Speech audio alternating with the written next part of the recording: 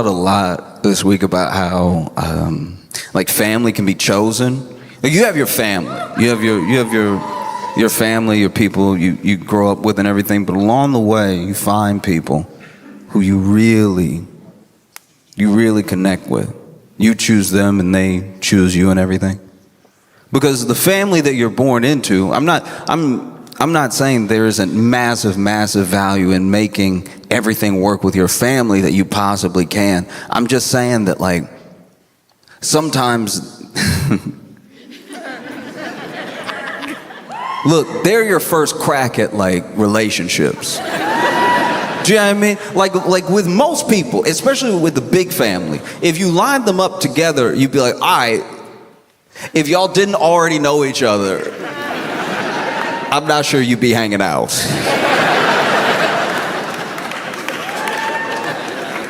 Like, I got cousins that I love dearly, but like, I don't know.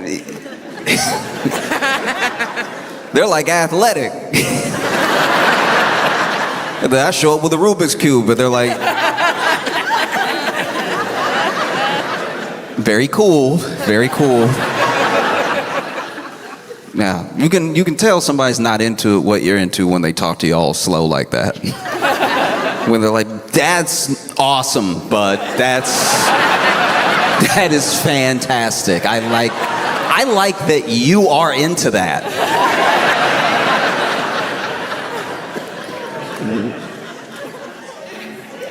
Wow. Ooh, I've been hit with wows in my life. Sometimes you get someone that even if you weren't related, if y'all had met, you would have linked up perfect, like understand each other. That real bond, right? And you have the benefit of actually being family, so you get even more time with this person. Like I look at, tell you about Nikki. Nikki was a kid back down south, very big kid, but not like big, just tall. I say big, but I mean tall. He was too tall. He was too tall of a person. It was too much. It was like cartoonishly tall. He was that type of tall where everybody asked him if he played basketball. You know that? You know that type of, like, I mean, you're just so, do you just love playing basketball? As if it's a requirement to stay that tall. That you gotta start putting in hoop time if you're gonna stay this tall. It's such a funny question. I've never been asked if I play basketball for my height. It's just such a funny question because I can imagine what's going through the mind of a tall person when they're getting that question, because it's such a thirsty question from a short person. They're like, do you play? I mean, you must. Like, you have to. Like, you need this. I need this. I need you to play. Why can't just do it? I feel like that desperation is because you know that they could touch it. It's like, you could touch the rim so easy. You have to touch it for both of us. You have to play. I don't know what the rim feels like. Just please play. I need this. But Nikki was Nikki was tall, but he was as tall as he was clumsy. He was that type of person you would ask to grab something from the top shelf for you, and then as he's grabbing it, you know, he's got the height, but he didn't have the grip. So he really just knocks something down off onto your head. You about to thank him too. You looking up. Thank you so much.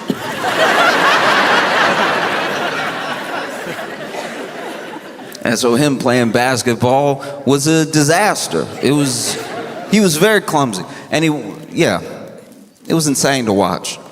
Like, I give him a little bit of grace because, like, when he would dribble, the ball did take too long to get back. Like, that's not all his fault. When I dribble, I'm right here. It's a frequent visitor, right? But when he would dribble, it'd just take forever to come back up, and by then he had already run away. Like, He could do that thing, though. He could do that thing where he could palm the ball. That was wild to watch. Just watch him grab the ball and hold it up like, look like a magic trick of being tall. And he was always getting like truly just like smoked on the court. Like even his handles were terrible. You know, he tried to put it through his leg. It would hit his elbow on the other side. Never knew how much pressure to apply to the dribble. So instead of being over here, one, he's over here watching it fly away. And there was one day, I don't know what got into him, but there was one day he was making a drive for that net. He wanted to, I guess, show off for somebody. And so he's running down the court, clearly traveling. There's no way he was ever gonna. And he's over here with, you know, got both hands on the ball, got the elbow out when people get close, you know, the weapons. And then this dude jumps for a dunk. He goes to dunk, and on top of being uncoordinated, on top of being a true waste of height, this young man has no strength in his ankles or calves. So when he jumps for the dunk and he flies forward, there's someone guarding him. And I think even that guy thought he was gonna fly over. Cause look, he didn't do a simple like jump up, you know, efficient dunk. He fully leg spread NBA logo.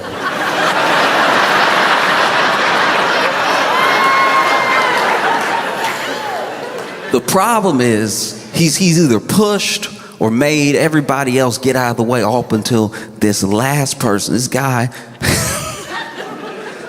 trying to finish just standing there, right? And because he got no air, because he jumped the height of his own shins,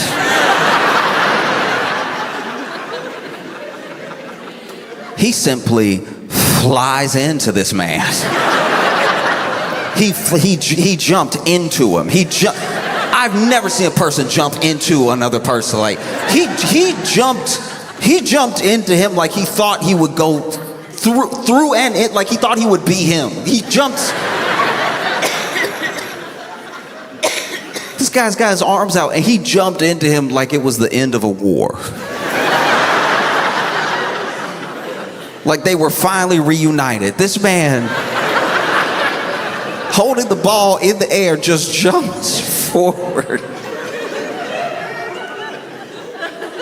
flies into this dude, and never in the history of street ball, I don't think anyone's ever seen anything happen like this. This man probably expected Nicky to fly over him, but when he just sort of kept coming forward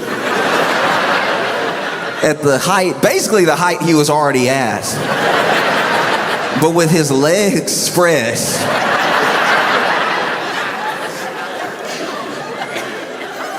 Never in the history of basketball on a public court has this happened. He flew in just trying to dunk, and then this man caught him.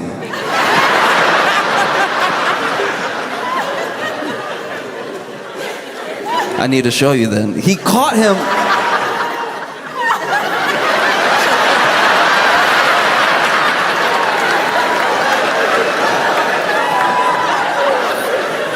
Caught him into his arms. Didn't fall backwards or anything, just straight up caught him because Nicky started jumping too far away, so he didn't have the momentum to knock somebody down. And then Nicky, this fool, still dunked.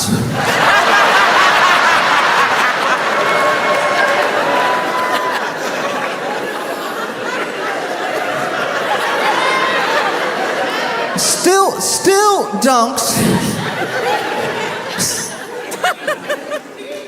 And then had the nerve to let go of the rim, putting all his weight back into this man's arms. craziest part about it, he was still talking trash the whole time.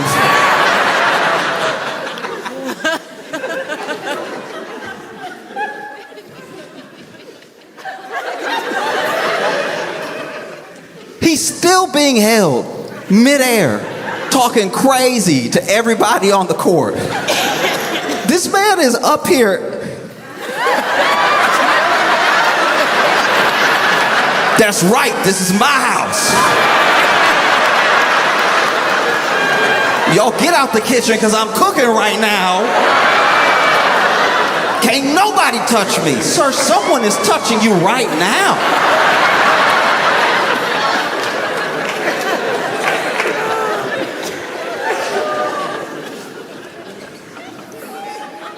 So uncomfortable. And you know, Nikki was tall. He wasn't big or anything, but he was big enough to recognize that he was bigger than the people around him. And so he was somebody who truly fit that stereotype of like gentle giant, like didn't want to hurt anybody, didn't want to mess with anybody. In fact, his need to be gentle actually made him pretty easy to bully. Kids that were way smaller than him would give him a hard time, you know? And there was I'm sure, a bit of a fear taken up for himself because, you know, he didn't know what could happen.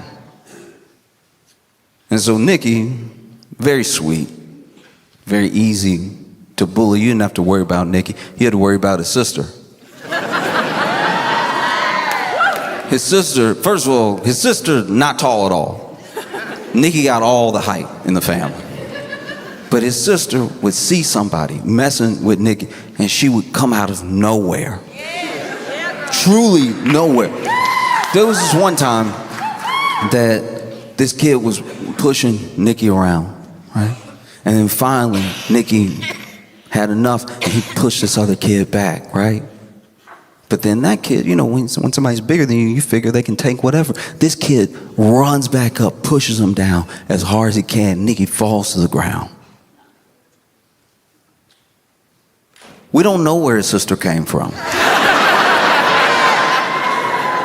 We don't know where she just came running. I need to be clear how we didn't know where she came from because she didn't go to the same school.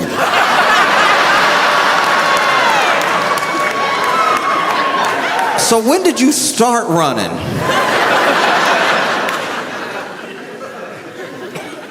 Running, then jumps in the air. We all give credit for that Sparta kick to the movie 300. But I had seen it years before. She got a running start, it jumped up in the air, and then foot first walked up this kid. Remember the movie Crouching Tiger, Hidden Dragon, where they just sort of kick, and they never came down?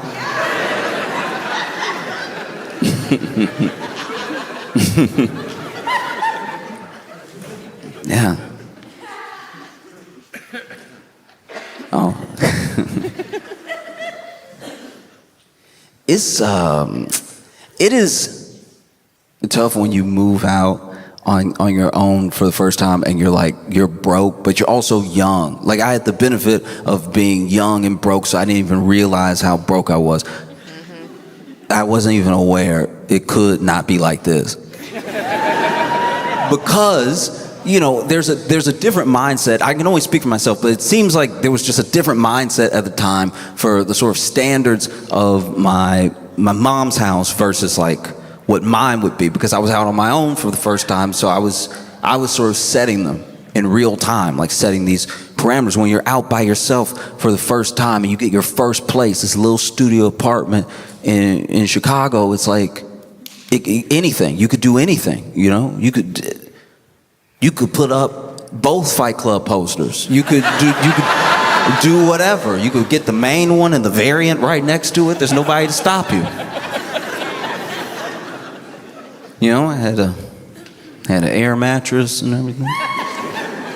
Just starting out, and so there are some things that I think other people would have clicked right away we should do something about it. It just didn't happen for me.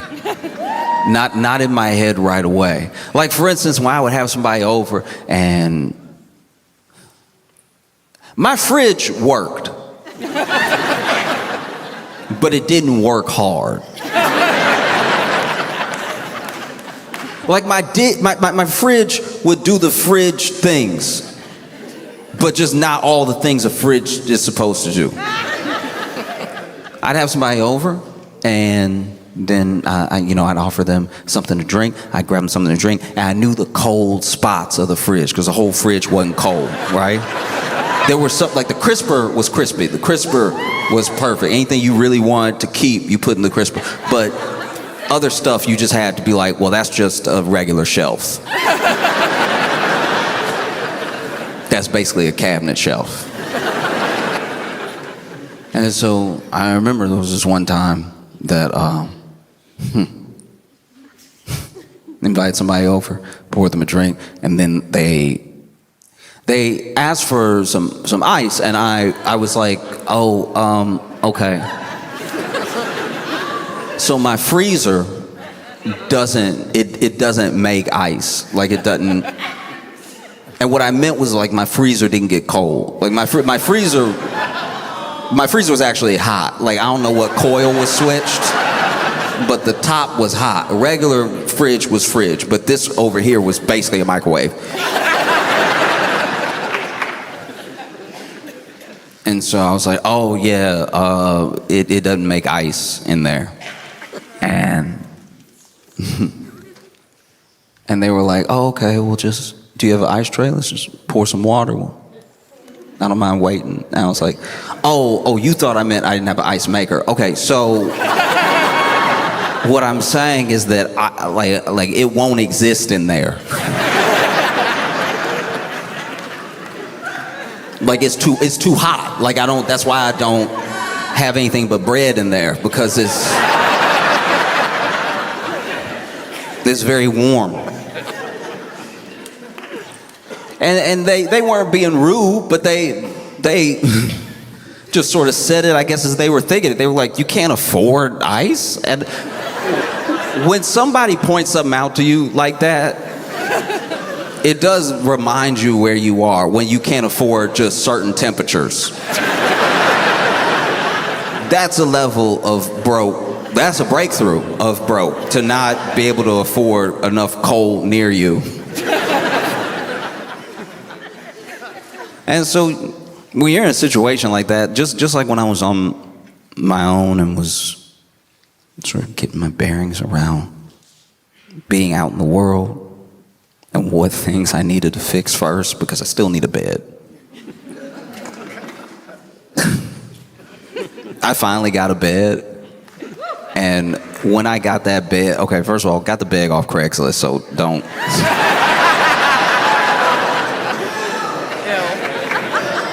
The frame. I say whole bed as if it's a whole bed because, if you just got a mattress on the floor, that's a mattress on the floor. You can't call that a bed. So I got my bed frame off Craigslist, and then, bought a mattress and everything. That took some saving. For a little while, the air mattress was on the bed frame. Because if you didn't look too fast, it looked regular.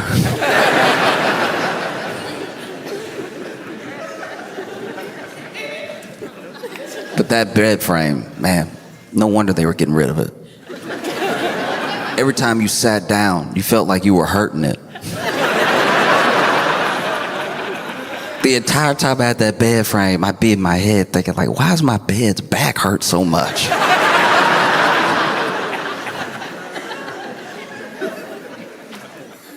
And every creak is just, it just sounds like you don't have your life together. You sit down after a long day of work and you hear,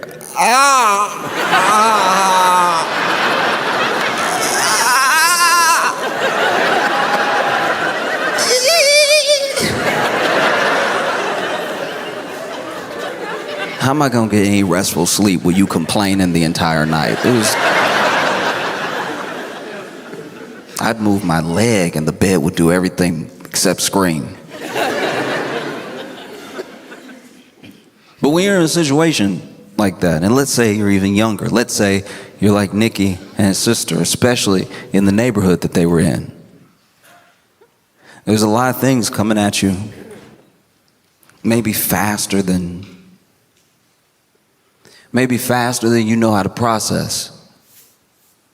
You know, you're in a neighborhood where there's gangs, where there's gang violence, and obviously after the fact, people ask themselves, why would anybody join a gang? You know, why would anybody get involved? And it's a question that's more important to ask before anything happens. You know, after these decisions have been made, it's very easy to just be flippant about it. Why would anybody? Maybe this is somebody who's been beat up their entire life. The only time they don't get beat up is when they're with these people. For better or for worse, you know. Maybe these people aren't the best to have around, but at least I'm somewhat safe. It's a different type of danger hanging out with them. There's a present danger I know by being alone. You know? Maybe there's some sense of, this is the only way I'm going to be able to make some money. These guys already know a way. These guys always have money on them. You know, there's a false perception that maybe this is the way. You know, they put a gun in your hand. I'm sure you feel powerful. You know? They tell you run the block. I'm sure you feel powerful. It's not until something actually stops you that you realize you're not all powerful. Like you look at a kid like Nikki, and you know, it's not like it is in the TV shows all the time, where there's just somebody seeking out, oh, that guy looks cool, I'll follow him around, maybe he'll let me join or something. Some people are coerced, some people are threatened. You know, you live here, you see us doing work, maybe it's time for you to do some work. They recruit them. That's the thing that people leave out. They recruit them, you know? And so maybe a kid like Nikki sees, though, this isn't it. I don't know what is, but this can't do this. So then a kid who almost never takes up for himself, a kid who's very gentle, although he's very tall, waste of tall, not using the tall right at all, but that's beside the point. A kid like Nikki gets approached, tells them, no, I'm good. I don't want to do that. I just live here. I'm not. And then it's his sister, of all people. It's his sister that also looks him in the face. Don't talk to my brother. You leave him alone. Right? Don't come near him. And when you're dealing with a gang, you're not dealing with a lot of reason behind decisions. But this kid who's known for being soft, telling you no like that to your face, and his sister backing him right up every time she sees you all around him, that won't do. You tell them no even after they start messing with you. And then it's someone like your sister that takes up for you. It's someone like your sister that tells them to their face, not as big as you, not as scary. You leave my brother alone. It takes a lot of bravery to do something like that. You leave my brother alone, knowing how dangerous they are. And then, maybe, one day, they decide to send some sort of message, right? They pass your house, and they shoot at your house. But you're not home. Your sister's home, though. And those bullets that may have even been meant for you, whether they were meant to send a message or they were meant for you, they don't hit you. You're not there. They hit your sister. They took your sister. Do you see how a gang works? They'll take everything that they can as long as you let them. They'll do whatever they like as long as they feel like nobody can stop them. Amen. You know? Love you, Josh.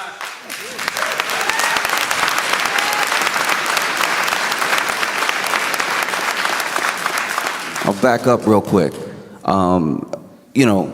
Being out on your own and broke, you have to decide what professionals you're going to spend your money on, because all the professionals you can't afford. So sometimes you got to go to a professional who says they're professional and doesn't feel very professional. Like, for instance, I require some things from a professional. Like, some of it may have nothing to do with their capabilities at their job. They're just things that make me uncomfortable. Like, I don't like when my professionals in some fields take cash.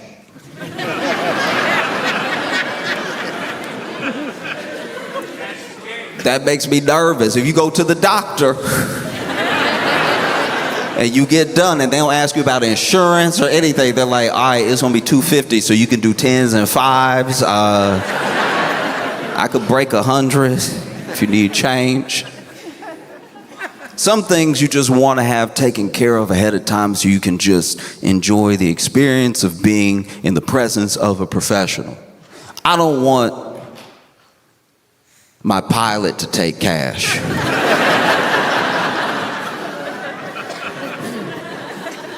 What if I don't have cash on me? Even like the nonverbals sometimes. Sometimes a professional will let their feelings escape, right? They won't be very professional. Just let it out as it happens. That is very jarring. It's terrifying. I don't ever want that to happen. Imagine you in court. You're in court, and then prosecutor says something, and then your lawyer turns to you and goes,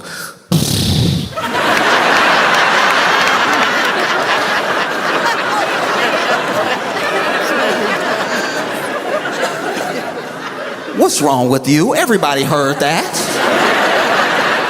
You couldn't keep that in?"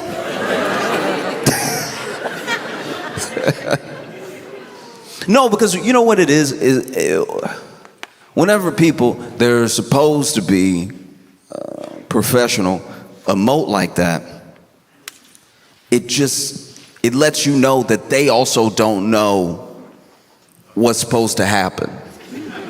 Now we're living in chaos.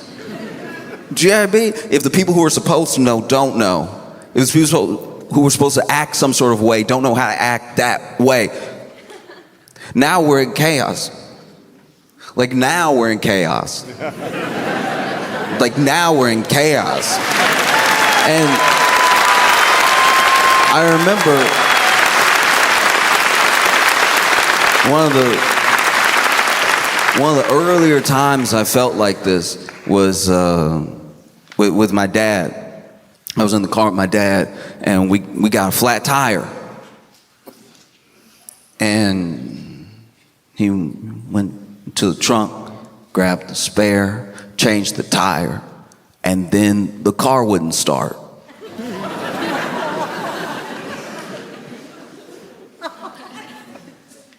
I'm not saying at 7 years old I knew how to change a tire.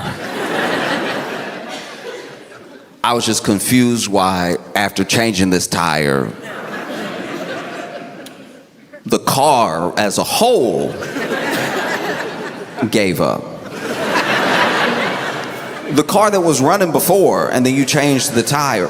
Here's the thing, I'm not a mechanic, not an engineer, but I look at tires like shoes. And if somebody's shoe fell off or wore down to the point they need another shoe, and then you gave them that shoe, and then they were like, "Oh, I don't walk anymore."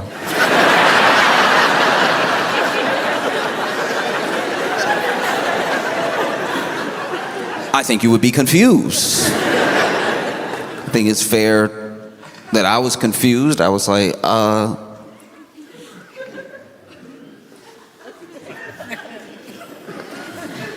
all the wheels good. Maybe try it again. He's over here. Nothing. You know. So then he had to go into a store, find a phone, because this is, you know, I'm like a 90s baby. I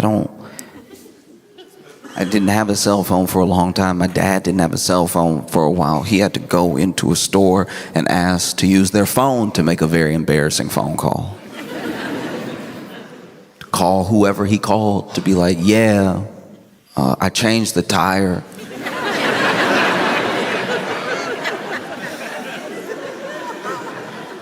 And now my car doesn't want to be a car anymore.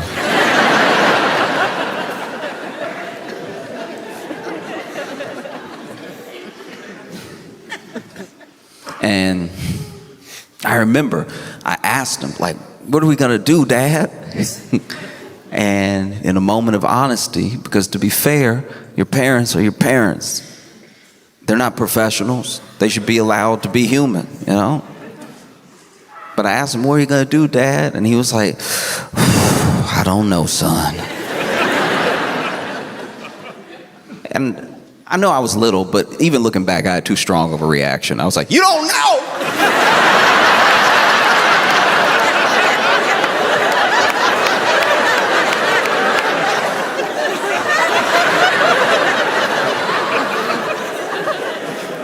That was a little too much. But in my mind, in my like little bit of life experience, I was like, uh-oh, we are stranded here then. What do you mean you don't know? And then someone came and they gave my dad a jump. Now, this is the first one I had ever seen. And once again, me being a kid, I didn't say it out loud, but in my head, I was like, that's not gonna work.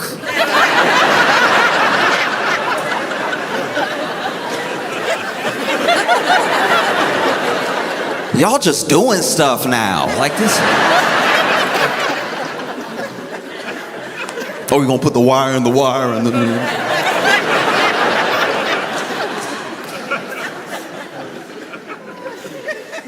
and then it did work. And when it worked, to my credit, I was like, man, my dad's a genius.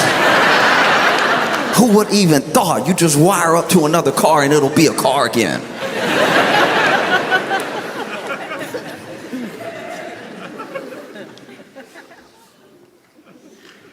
But yeah, that feels like where we are, where, do you know what I mean? Where there are people that are supposed to know, who even say that they know, but when they start telling you what they know, you realize they don't know anything. And that's very scary. That's terrifying. Sometimes I don't even know what press conference I'm watching and what it's about. I watched this, there was a press conference where there was a press conference where Marco Rubio wrote something down and slid it to Trump. And like, I don't know, man, I've never seen somebody so locked in to being evil and so checked out of life. Because this dude gets slid the note, and then there's no way Trump has an internal monologue. We must know every thought that comes through his head. Because Marco Rubio went ahead and passed him the note, and then he says out loud, you know, okay, do you remember in English class when your teacher made you like read Shakespeare, but then somebody in the class had to also read the stage direction just so everybody would know where we were at? Things that should clearly be in his head get spoken out loud. This This dude gets slid the note and then says out loud, Marco Rubio just passed me a note.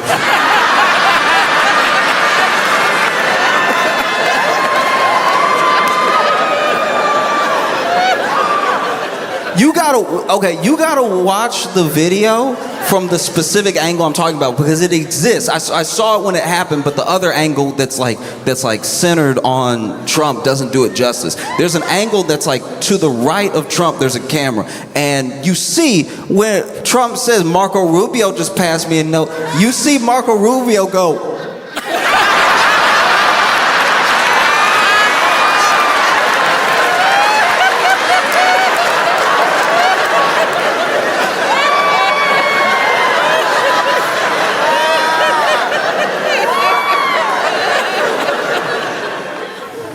and then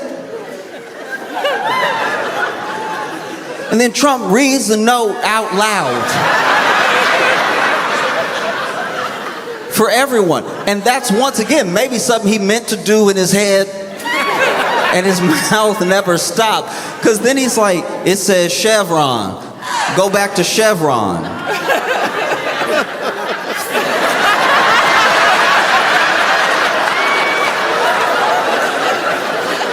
He read the note out loud. At a press conference, I'm assuming where they're talking about oil, and doesn't seem to know what this note means. Go back to go back to Chevron. All right. I'm surprised he didn't just keep talking. Like, go back to Chevron. Oh, I've never worked there.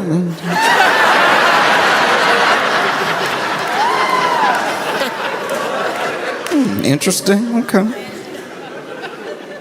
Like, he so clearly did everything that should have been in his head. I'm surprised this man didn't grab the note. Marco Rubio just passed me a note, bend arm.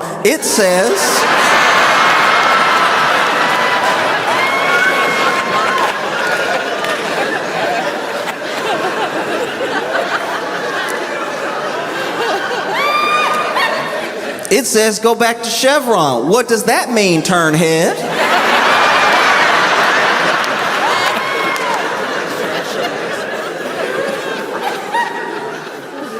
And look, I don't even know if this is the same press conference because this is a different clip. There was a point where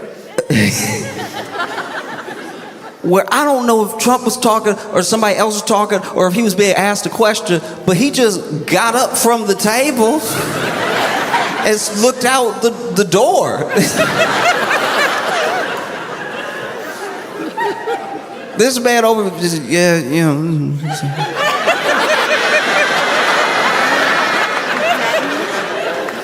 Wow.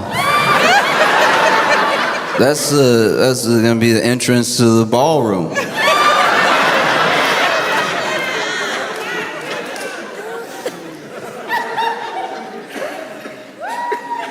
Sir, if you don't sit your Biden-built brain down, this is everything you said about Biden. Everything you doing right now. Every ounce of it was supposed to be what Joe Biden was like. This man tried to bully Joe Biden the entire campaign with the fact that the auto pen, the auto pen, the famous auto pen, he doesn't know what's going on. Somebody else is running the White House. It's like, all right, look, for all of his faults, Biden was never passed a note.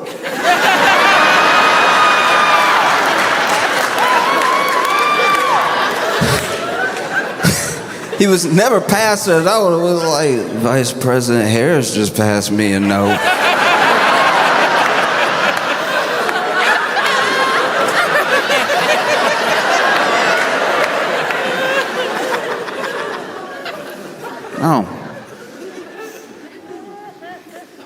No, it's insanity.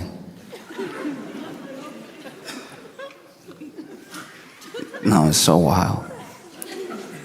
Especially because we're how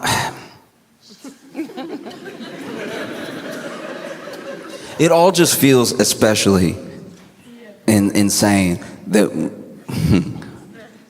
how this dementia is affecting all of us.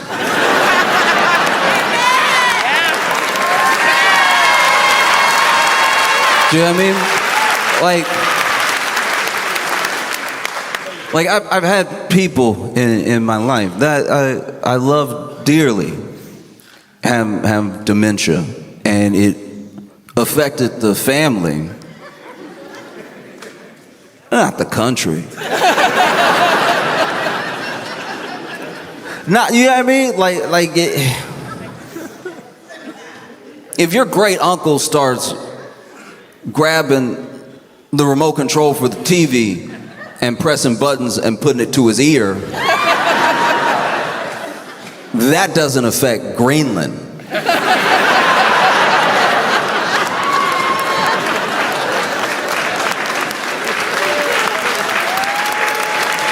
You know?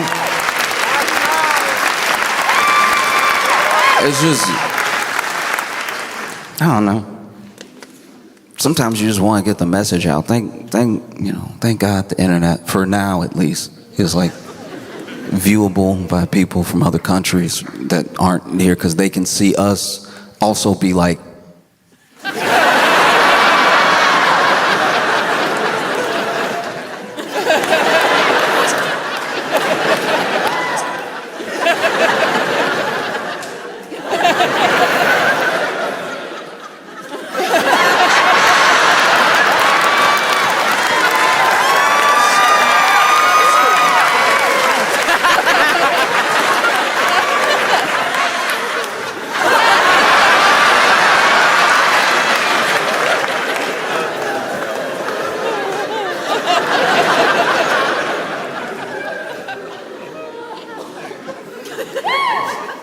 no, every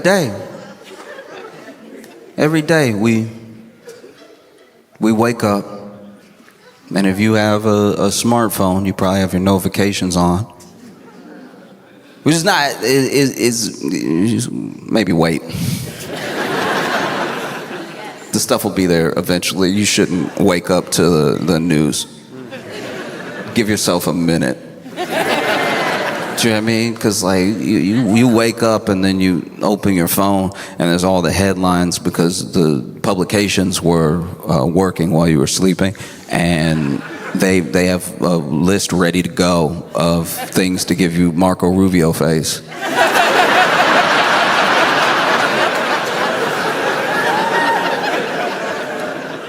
There's a big flaw we have now in that the news by headline is like in your phone. It just hits your phone like that. You gotta turn your notifications off sometimes, just for the sake of your mind, because I was checking the time. I just wanted to know the time, and now,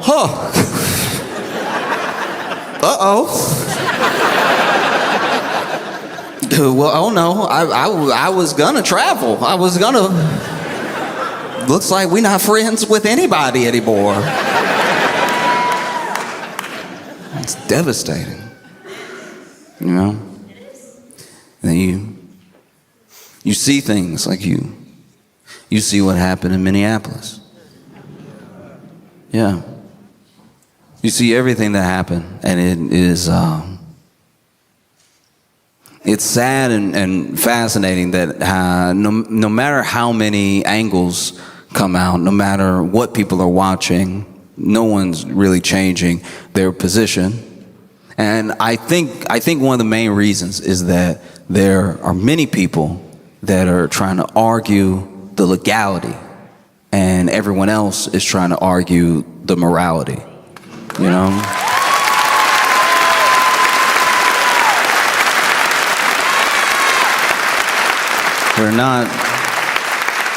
We're not speaking the same language about these things, which is one of the main reasons we're not getting anywhere.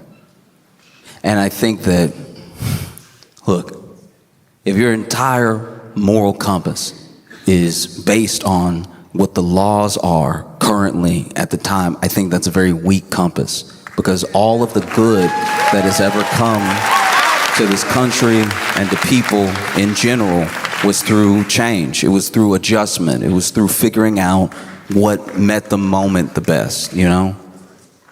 There's no, to me at least, there's very little good in just saying, well, that is the way it is. No. It's like, that's not enough.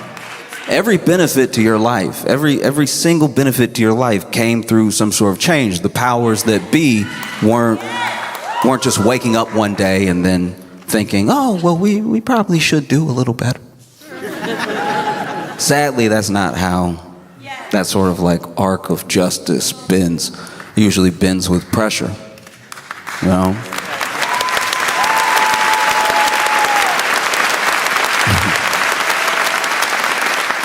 Trust me when I tell you that J.D. Rockefeller or, you know, Carnegie, any of these robber barons, they weren't laid up at night figuring out how to start a union.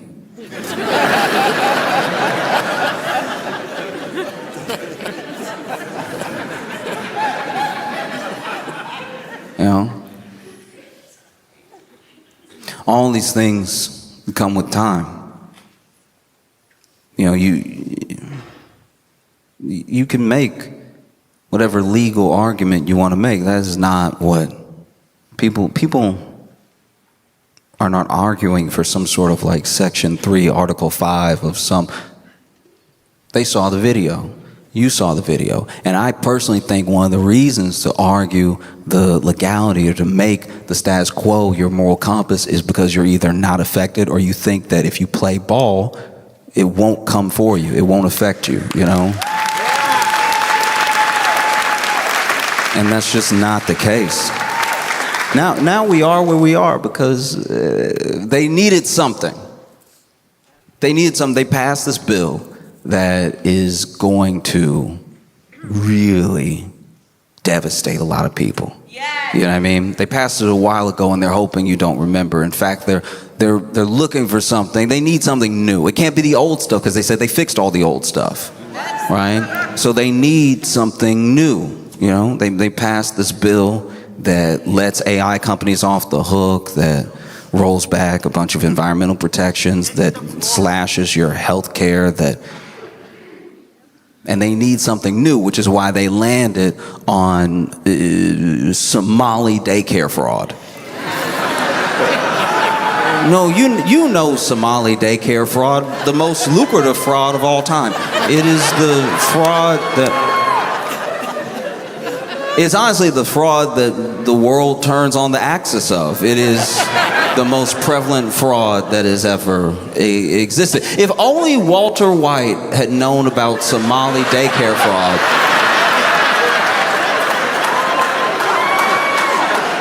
it would have been a very different show. No, they need something new because they're hoping that you'll forget that they can't actually, and they don't have plans to, and the things that it would take they're not willing to do to improve your life. They're not going to do it, you know? They're all in the same pool, so they're not going to tax their friends, you know? So what can they do? Well, they can't improve your life. They can't do it, but they can make everybody else's life miserable. Like they could make everyone else's life worse, and then that's equality.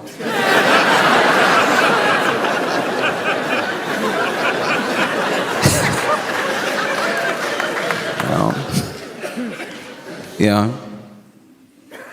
It's like when you're it's like when you're dating somebody that sucks, and then they are like, yeah, but other people suck too. You'll sit them down and tell them everything that you feel like they are doing wrong in the relationship, and they're like, everybody does that though. Like if it's not me, it's just gonna be somebody else forgetting your birthday. That's gonna happen.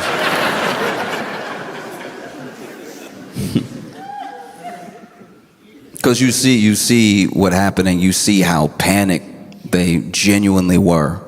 You know, they sent these guys out. I hate to burst anyone's bubble, but as a country, we are like broke. You know what I mean? We are like, because their bill also adds to the deficit. And we're very broke. And not the government, I should be clear. The people. The people. I know people think it's the same thing.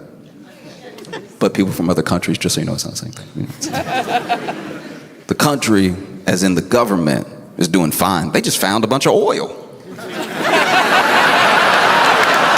It's the people. It's the people who are struggling. It's the people whose groceries prices and whose healthcare costs are skyrocketing.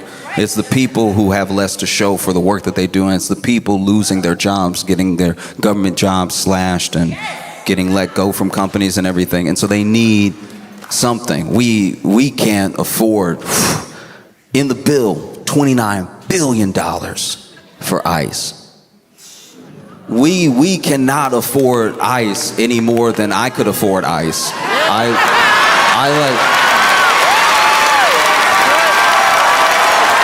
I can't believe $29 billion. I mean, but this is my thing, I guess, is that you watch something like what's happening in Minneapolis, because it's not just one instance, it's not just one thing, you know? Because the same day that Renee Good lost her life, a high school in Minneapolis was pretty much just attacked by ICE, like pepper spray. They pepper sprayed kids, you know? You look at what happened in Chicago. They pulled kids out. They pulled all these people out of this building. It was just a show of force. It doesn't look like there were really any convictions out of that. It was pure harassment, you know? People talk about comply. People talk about what is legal, but really think about what's moral, you know? I'll tell you right now, if you just sort of go with the flow, you go with the status quo, you just simply comply over and over again, you know, nothing really changes. Not a single thing. Because once again, the people who have everything don't really think about breaking you off a piece. That's just not how it works, you know? They weren't up at night figuring out, oh, you know, maybe a minimum wage would be good. You know? I'll tell you right now, if all you do is comply, if all you do is hope that things change or get better, but you go along with everything as it stands, it doesn't happen. If everyone that came before me had just complied, then I probably would have entered this theater, any theater, through a colored section. You know, every good thing you have in your life is a product of someone else's struggle. You know? You see everything that's happening. And it's not about what they say it's about. You know? People talk about coming over the right way, doing it the right way and everything. Meanwhile, the people that say that don't even actually know what the right way is. Not top to bottom. The people trying to do it know. But they don't even understand the significance of yanking people out of a hearing that's their immigration hearing that they showed up to do it the right way. You know, you're just jamming people up for the sake of doing it. Now, be clear here. It is not about Somali daycare fraud. Even the narrative building, even what happens next. Then the president makes a statement. There's no way he saw the video. I'm not even saying that because I think that there's some like moral core to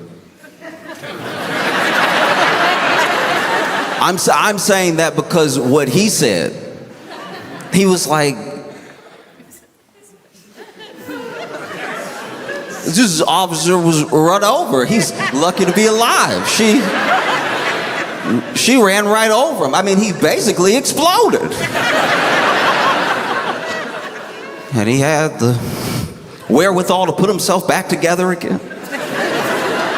Reconstitute his body. Amazing stuff. No, you see how they paint this person immediately. You know, they need their narrative more than anything, because if the narrative falls apart, then everything is exposed. And if it's all exposed, you start to blame who's worth blaming. It's never been more important to know all of your rights, to know all of them. And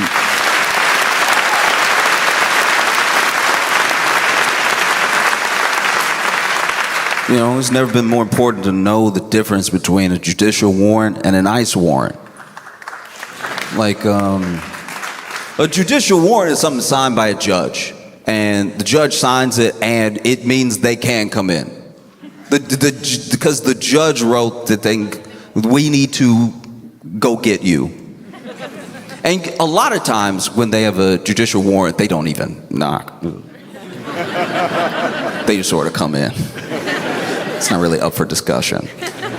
An ICE warrant is a thing that ICE wrote, that they may show you, and it may even be part of narratives that happen for the future, where, well, they had a warrant. Which warrant? It's important to know, because ICE having a warrant is like me writing myself a sick note. You know what I mean? I've done it many times. I've had to write my own doctor's note many times. And every time I gotta write my own doctor's note, the story, I do too much. The story's like unbelievable. Like usually a doctor's note is like 2 sentences, because doctors don't even want to do it, but sometimes employers or schools require it. But then I would be doing, oh man, I'd be doing too much. I'd be like, oh, what a brave boy.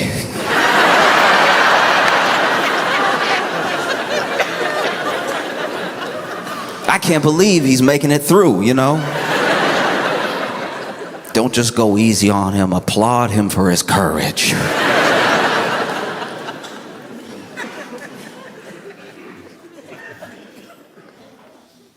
It's very important that you understand what's happening and what could happen next as a result of it. So often, our lawmakers, and even some of us with the best of intentions, address things as they happen. We don't cut them off ahead of time. Like I watch the things that happen with ICE, and they're not cops. They're these federal agents that are there to kidnap and disappear people. That is the point.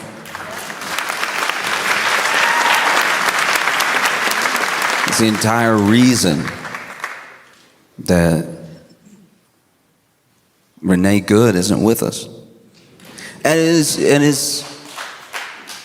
is more than fitting that these people, that this administration would be the enemy of good. Like,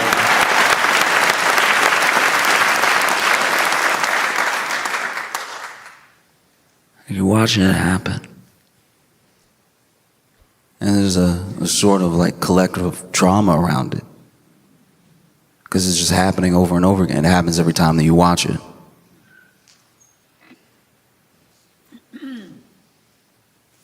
And I don't know, it reminds me that it's important to choose as much family as you can. You choose to protect your family. Choose to protect people that when you were born you had no relation to, but you found each other.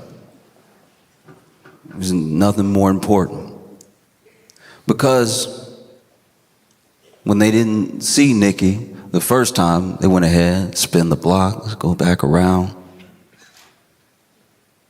shot through.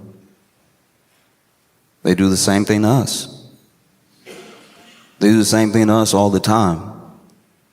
You know, several years removed, but not a mile away from where George Floyd died.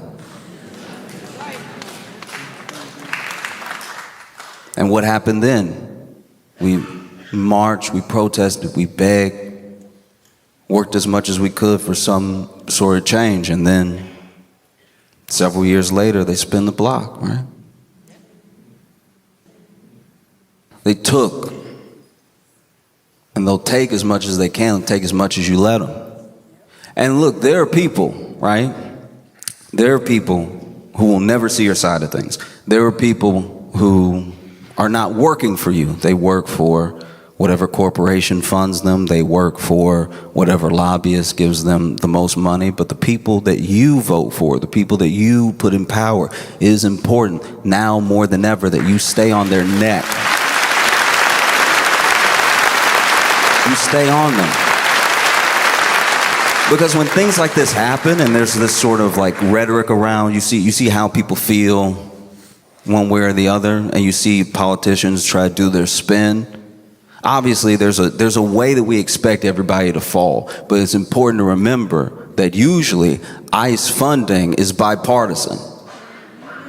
So you only control the people that you vote for, but you got to stay on them. You never let up.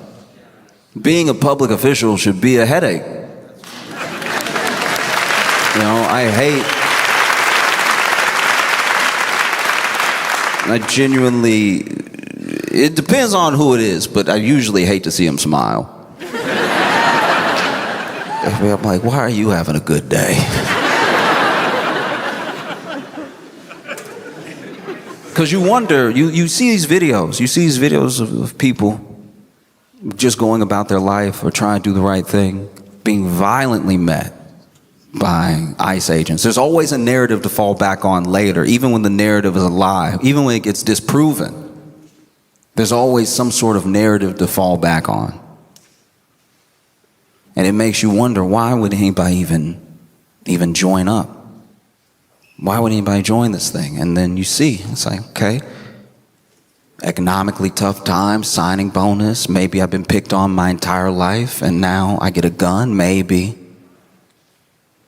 They tell me that I run this area, I can go wherever I want, I can do whatever I want, finally have some power, and you see what they do with it.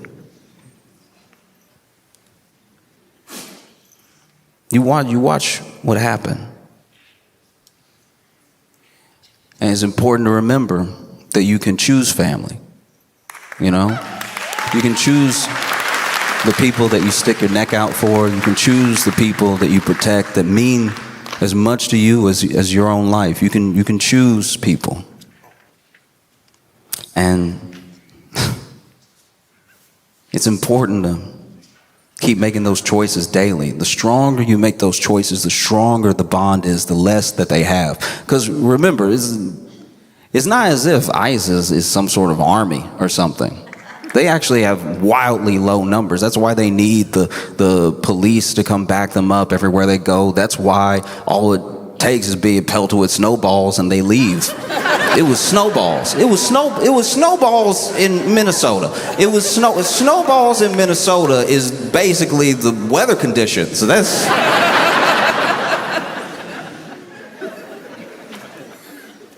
And so when you watch what happens, it's important that we as people take it upon ourselves as best as we can. As much as we can sacrifice, because everybody can't take on the same amount of burden. I understand that, but as much as you can do, you do it and you make a better world. That's the way forward, you know?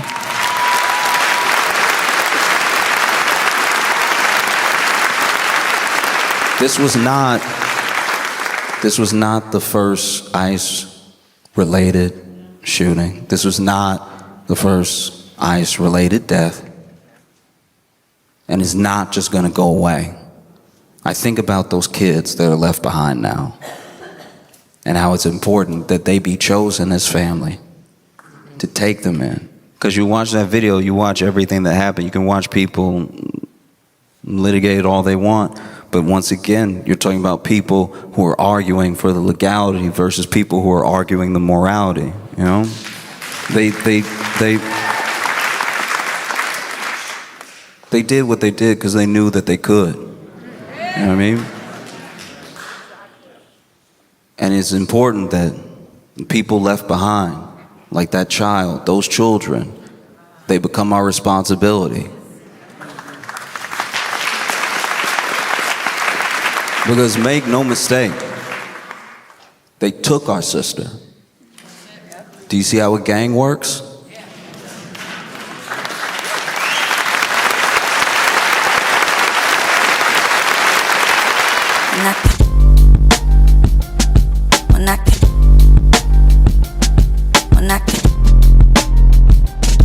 Mira,